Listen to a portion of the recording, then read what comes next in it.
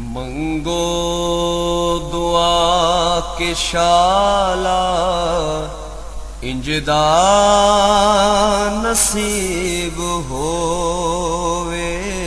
मंगो दुआ के शाला इंजदा नसीब होवे। जद आवे मौत मैनू, जद आवे मौत मैनू, सोना करीब होवे। मंगो दुआ के शाला इंजदा नसीब होवे। जिस वेले विच कबर दे सोना कदम टिकावे। बिस्मिल्लाहिर्रहमानिर्रहीम। अस्सलामुअलैकुम दोस्तों और बुजुर्गों नाज़रीन, तुहाडे सामने अगली वीडियो दे नाल हाज़र हां। तुसीं देख रहे हो जी तुहाडे सामने ये वीडियो पेश की जा रही है। हालांकि ये पहले भी वीडियो जी शामिल की, लिहाजा असीं इहदे विच फार्मूला मज़ीद बेहतर बनाया है, चेंज किया है और इंशाअल्लाह इहदा 100% रिजल्ट है, यानी कि बहुत ही अच्छा रिजल्ट सानूं मिलिया है। और ये अमराज दे निस्वां यानी कि औरतों वास्ते कई बीबियां दी भी कालां सानूं आईयां कि तुसीं वीडियो बनाते हो, लेकिन साडे औरतों वास्ते तुसीं बहुत कम वीडियो बनाते हो। लिहाजा ये खास करके सिर्फ और सिर्फ बीबियां वास्ते आ, औरतों वास्ते। तो यह जनाब अमराज दे निस्वां यानी कि माहवारी के मतलब बेहतरीन ज़बरदस्त अच्छा फार्मूला है। यानी कि अगर माहवारी की रुकावट होवे उनके वास्ते भी बेहतरीन है, अगर माहवारी बंद होवे तो उनके वास्ते भी ज़बरदस्त है। यानी कि इहदे नाल माहवारी खुलेगी भी, रूटीन भी ठीक होएगी और इस दे नाल दर्द भी ठीक होएगी। इन्नी अच्छी, इन्नी ज़बरदस्त, इन्ना आला किस्म का यह फार्मूला है। और ये तुहानूं मैं ये दसना कि ये इहदे च किहड़ियां शामिल चीज़ां कीतियां ने और उन्हां दा वजन भी नाल नाल ही जिहड़ा लिखिया होया है, जिस तरह कि मैं तुहानूं दिखाना। सब तो पहले नंबर ते एलवा है, एलवा 60 ग्राम। और दूसरे नंबर ते हीरा कसीस 90 ग्राम। मोरमुखी 90 ग्राम। दाना काकला 60 ग्राम। जंजबील 60 ग्राम। तुखम गज़र 60 ग्राम। खुरफा 60 ग्राम। गोली रानी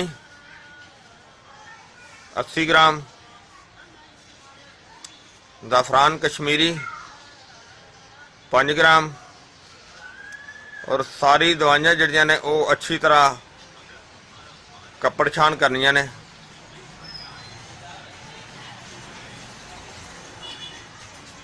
वो इत्थे लिखिया भी है और मैं वैसे भी कह रहा वहाँ कि सारिया दवाइयां अलहदा अलहदा कुट के इन्हों अच्छी तरह कपड़ छान करनियां ने कि जिहड़ियां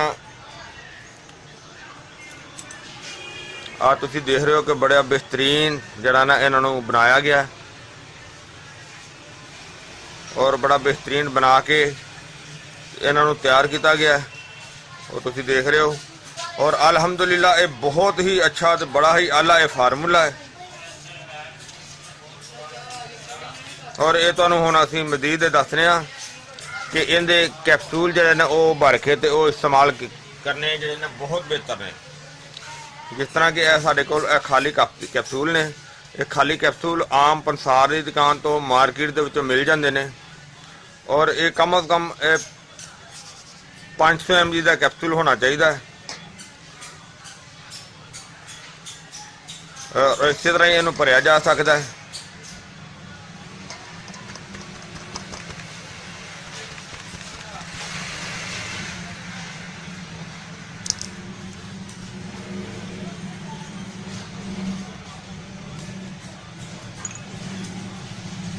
और ये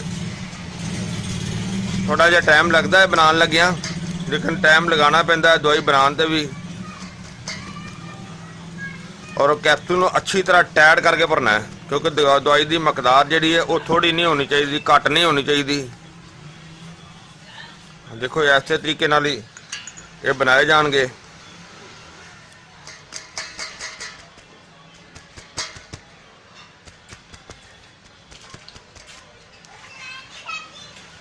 और दूसरी गल है कि कोशिश करनी है कि जेड़ा भी काम करो एक तो साफ सुथरा होना चाहिए, दूसरा बिस्मिल्लाह पढ़ के वो शुरू करना चाहिए है। और उस दे विच बरकत भी होंदी है, इंशाअल्लाह अल्लाह सोने के हुक्म नाल शिफा भी होएगी। और इस नुस्खे नाल असी बहुत ज़्यादा मरीज़ों का इलाज किया है, बीबियां का। और अलहमदुलिल्लाह इहदे नाल बहुत ही ज़बरदस्त जड़ा ना और रिजल्ट मिल रहा है।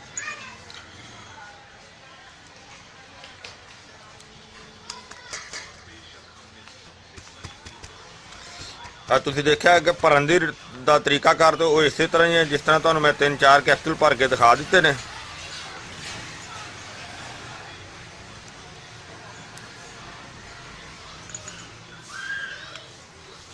असीं देखो यह कैप्सूल कुछ असीं भर के रखे भी हुए सी।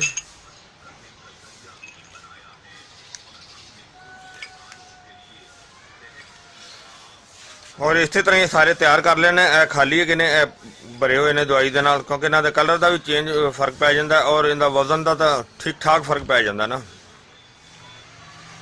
और ये जी तुहानूं मैं सारा ये तरीकाकार दस दिता है। और इनका इस्तेमाल इस तरह है कि 2 कैप्सूल जिस तरह कि तुसीं देख रहे हो,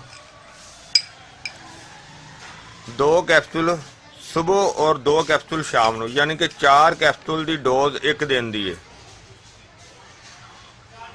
2 कैप्सूल सुबह 2 शाम को, 4 कैप्सूल की डोज एक दिन की है।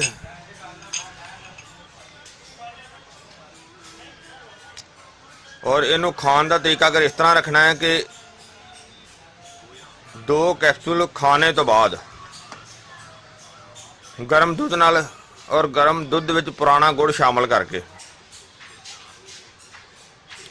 कम अज़ कम आधा किलो के करीब दुध होना चाहिए है। और 1 छटांग तो लैके 2 छटांग तक गुड़ होना चाहिए। और सुबह तो शाम इन्हों इस्तेमाल करना है। और अल्लाह सोने के हुक्म के नाल इंशाअल्लाह मैंसिस की रुकावट, मैंसिस बंद होए होन और मैंसिस बंद की वजह के नाल बहुत ज़्यादा अलामत पैदा हो जांदियां ने। जिस तरह के मैंसिस की अगर रुकावट हो जाए या बंद हो जाए उस दे नाल अक्सर बीबियां की नज़र ते असर पै जाता है। अक्सर बीबियां के वाल बहुत जल्दी सफेद हो जाते हैं। और अक्सर बीबियां का जिसम जो ना बहुत ज़्यादा फुल जाता है। जिसम दे विच दर्दां, जिसम दे विच सुस्ती, कमज़ोरी, थकन, यानी कि कोई काम करन ते दिल नहीं करता, कोई जाना वो सिलसिला जाना वो तबीयत का सैट नहीं रहिंदा।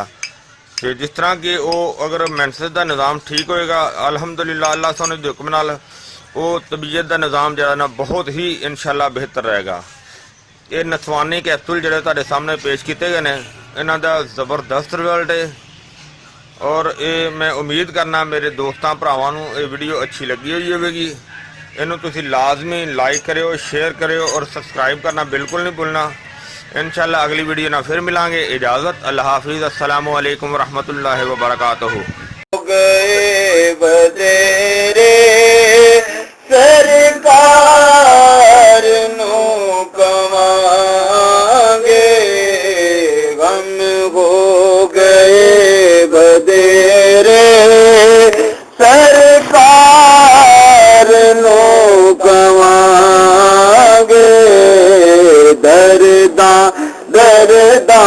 दरदान पा